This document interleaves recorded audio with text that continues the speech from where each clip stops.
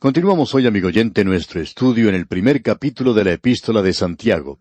Y vamos a considerar lo que dice el versículo 25 una vez más, donde Dios prueba la fe por la palabra. Nunca podemos escaparnos, por así decirlo, de la palabra de Dios. Cada niño desea escuchar la voz de su padre, especialmente si es una voz de consuelo, así como una voz de corrección. Alguien que no está interesado en la palabra de Dios, o que no permanece allí, si esa persona en realidad es un hijo de Dios, lo cual dudamos, pero si lo es, va a tener dificultades, es decir, va a tener dificultades si no está interesado en escuchar la palabra de Dios. Ahora este versículo 25 del capítulo 1 de la Epístola de Santiago dice: «Mas el que mira atentamente en la perfecta ley, la de la libertad, y persevera en ella, no siendo oidor olvidadizo, sino hacedor de la obra, éste será bienaventurado en lo que hace». Esa ley de la libertad que se menciona aquí es la ley de Cristo, los mandamientos que Él ha dado. Él dice: «Si me amáis, guardad mis mandamientos». Él está llevando a usted a un plano mucho más elevado que lo que podían hacer los 10 mandamientos originales. Como dijimos en nuestro programa anterior, si usted llega a ser un hijo de Dios y dice que no está bajo el sistema de la ley de Moisés, eso no quiere decir que usted va a salir y quebrantar los 10 mandamientos. A propósito, las leyes son para aquellos que quebrantan leyes, para los débiles, para los ignorantes. Les enseñan qué hacer, dónde ir y cómo hacer las cosas. Y castigará a aquellos que quebrantan o desobedecen esas leyes. Los ciudadanos honrados no necesitan la ley. No sé en cuanto a usted, amigo oyente, pero nosotros no conocemos quizá la mitad de las leyes de la zona donde vivimos. Lo que sí podemos decirle es que cada abogado de mala fama la conoce, porque busca puntos débiles en esas leyes para poder quebrantarlas. Dios en el día de hoy ha llamado a sus hijos a un nivel mucho más alto. Un hijo de Dios tiene una espontaneidad espiritual, un motivo mucho más elevado, una inspiración de Dios. El creyente no desea asesinar a nadie. Él vive sobre la ley. Él es motivado ahora por el amor del Salvador, desea obedecerle a Él. Mientras más leamos y estudiemos la palabra de Dios, más podemos aprender, amaremos más y vamos a vivir, y el gozo llenará e inundará el alma. Nosotros no somos como los esclavos de galera, azotados y encadenados a un banco y haciendo aquello que no queremos hacer. ¿Le pide Dios a los que no son salvos que sean hacedores de su palabra? Bueno, en cierto sentido sí. En el Evangelio según San Juan, capítulo 6, versículos 28 y 29, leemos: «Entonces le dijeron: ¿Qué debemos hacer para poner en práctica las obras de Dios?» Respondió Jesús y les dijo: «Esta es la obra de Dios, que creáis en el que Él ha enviado». Es decir, amigo oyente, que usted y yo no necesitamos conocer las leyes de nuestro país, pero por cierto que necesitamos conocer la palabra de Dios si vamos a vivir para Él. No estamos de acuerdo con ese canto muy popular hoy que dice: «No necesitas entender, solo necesitas tomarte de su mano». Amigo oyente, usted necesita saber para entender. Usted no puede tomarse de su mano a no ser que entienda. Pensamos que hay demasiadas personas hoy que son muy ignorantes de la palabra de Dios. Ahora, no es una desgracia o una deshonra el ser ignorante. No sé en cuanto a usted, amigo oyente, pero yo nací siendo ignorante. Yo no sabía la diferencia entre una A y una B cuando nací. Ni siquiera podía caminar o hablar. Estaba en una situación bastante mala. Pero no permanecí en esa situación, ni usted tampoco. En el día de hoy, amigo oyente, no es una desgracia o una deshonra el ser ignorante. Pero sí es una desgracia el permanecer ignorante si usted es un hijo de Dios. Y es de eso de lo cual nos está hablando Santiago aquí. Ahora, en el versículo 26 él dice: «Si alguno se cree religioso entre vosotros y no refrena su lengua, sino que engaña su corazón, la religión del tal es vana». Él está hablando aquí en cuanto a aquellos que son religiosos hoy. Esto es bastante interesante. Esa palabra religioso y religión son en realidad palabras que no son bíblicas. Aparecen muy poco en el Nuevo Testamento. No creemos que usted pueda encontrar aquí esa palabra religión, que se repite, digamos, más de media docena de veces en el Nuevo Testamento. Santiago la utiliza aquí más que cualquier otra persona. La palabra religión proviene de una palabra latina que significa comprar de nuevo. Uno puede ver que Horacio, en el griego, utiliza esa palabra, pero no era una palabra que se usaba comúnmente en el griego.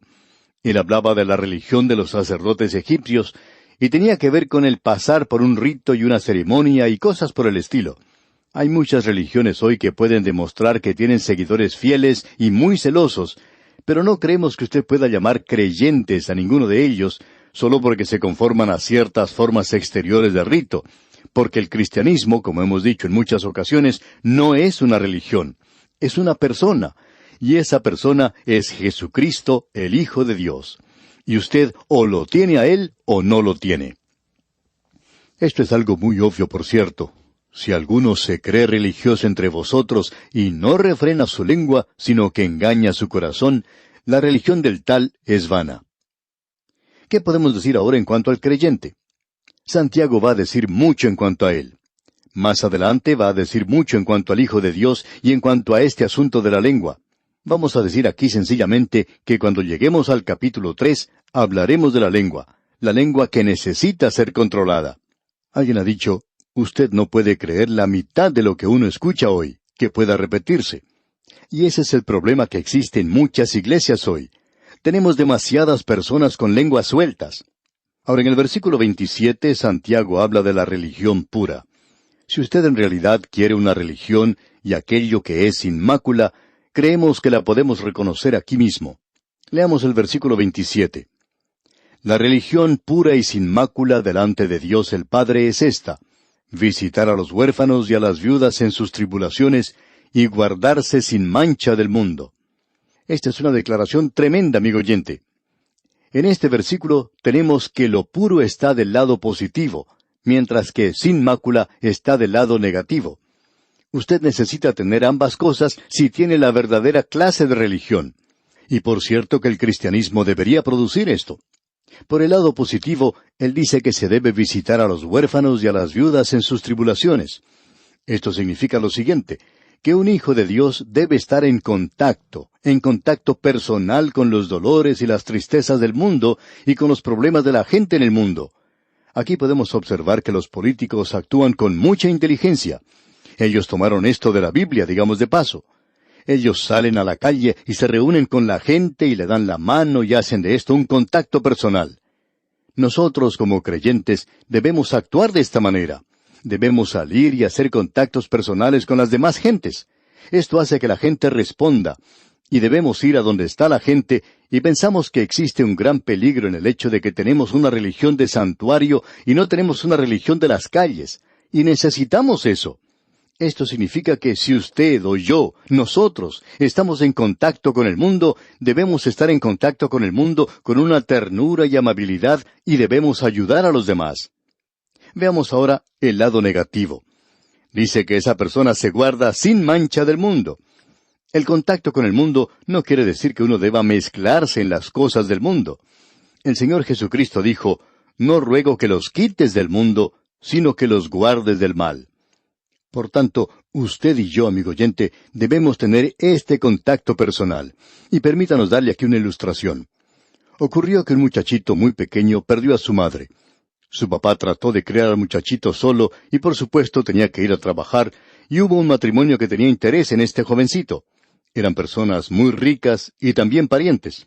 Así es que se acercaron al padre y le dijeron, mira, tú no eres capaz de dar a ese muchachito todo lo que necesita en la vida. Él era un hombre muy pobre. Estos parientes eran muy ricos. Ellos decían, nosotros sí podemos darle de todo. Así es que el padre fue a conversar con su hijo y habló muy seriamente con él en cuanto a ir a vivir con esta gente, con sus parientes.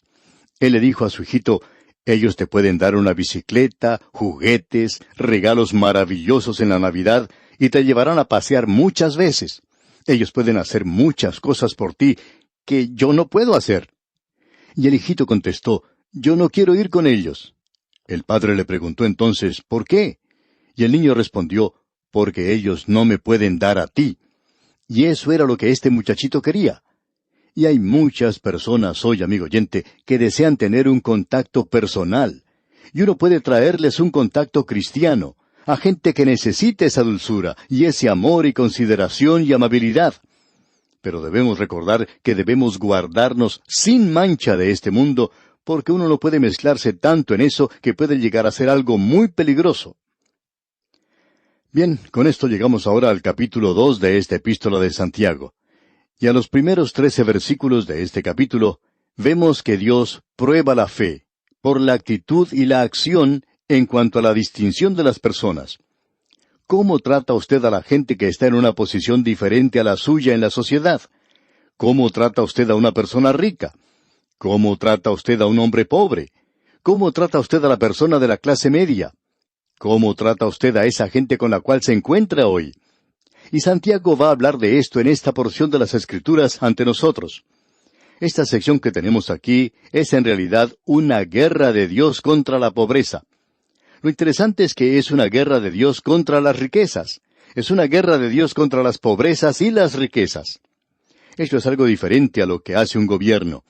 En la mayoría de los casos, los gobiernos no son capaces de tratar efectivamente con este problema. ¿Cuál es el verdadero problema? Bueno, lo que él nos va a decir aquí, y Santiago tiene mucho que decir en cuanto a los ricos. Este hombre parecería ser un radical, pero no creemos que sea radical en el sentido moderno de la palabra.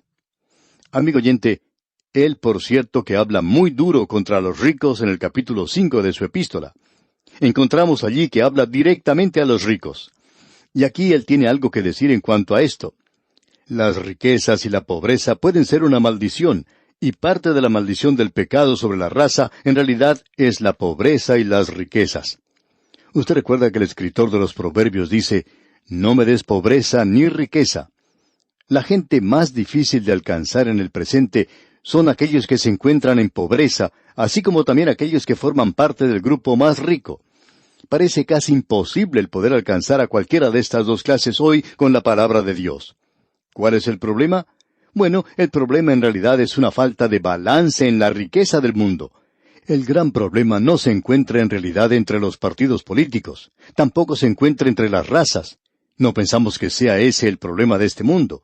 El problema del mundo es la falta de balance de la riqueza que existe. Por ejemplo, tenemos una nación como la India que tiene millones y millones de personas. Se decía que para los años 80 o el año 2000 habría 1 billón de personas en la India.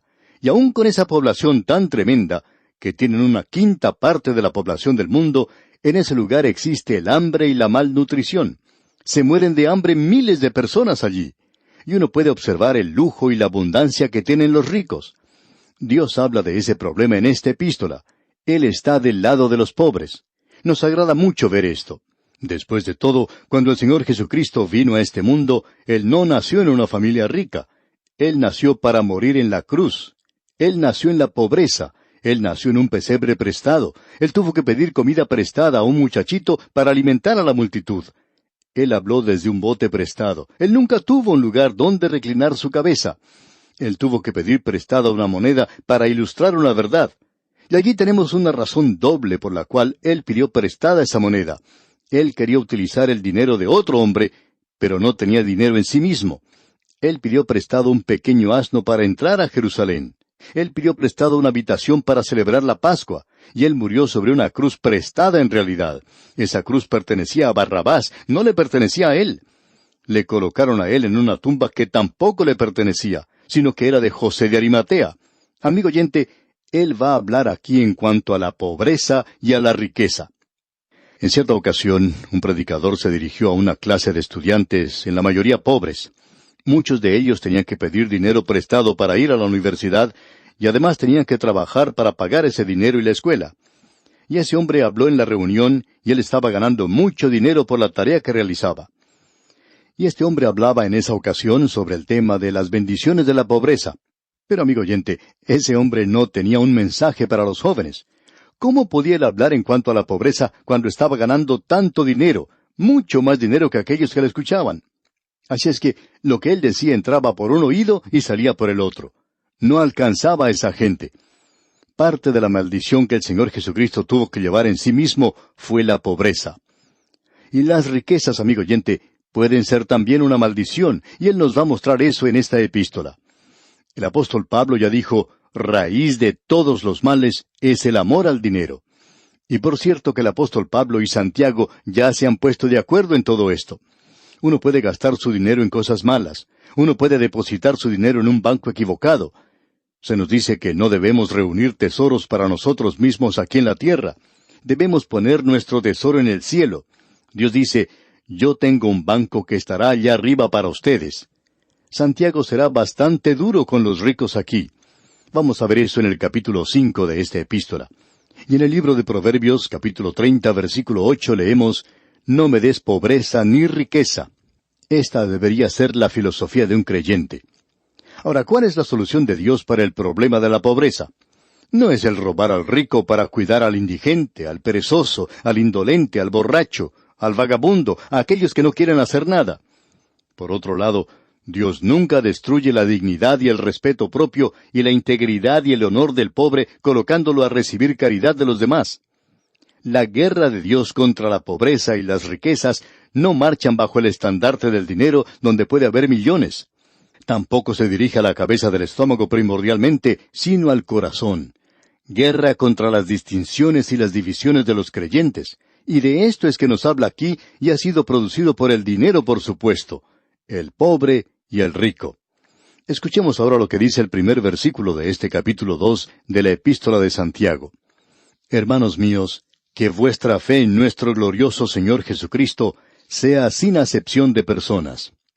No profese usted tener fe en Cristo y al mismo tiempo ser un creído espiritual que piensa que es más que los demás.